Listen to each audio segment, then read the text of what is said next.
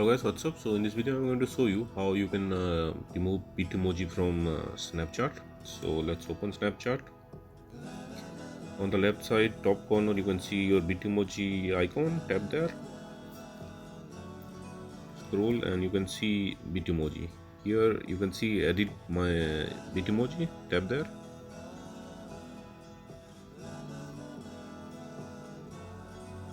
So you are in the edit screen. On the top left corner you can see this cancel button. Tap there. Now you are in this screen. On the bottom you can see in red unlink my Bitmoji. Tap there and this pop-up will come. Tap on link, then go back,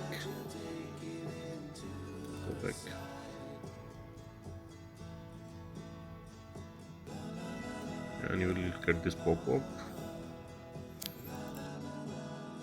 So when you open your Snapchat again, your Bitmoji is gone. So that's all guys. Likewise you can unlink your Bitmoji from Snapchat. So thanks for watching the video guys. See you in the next video.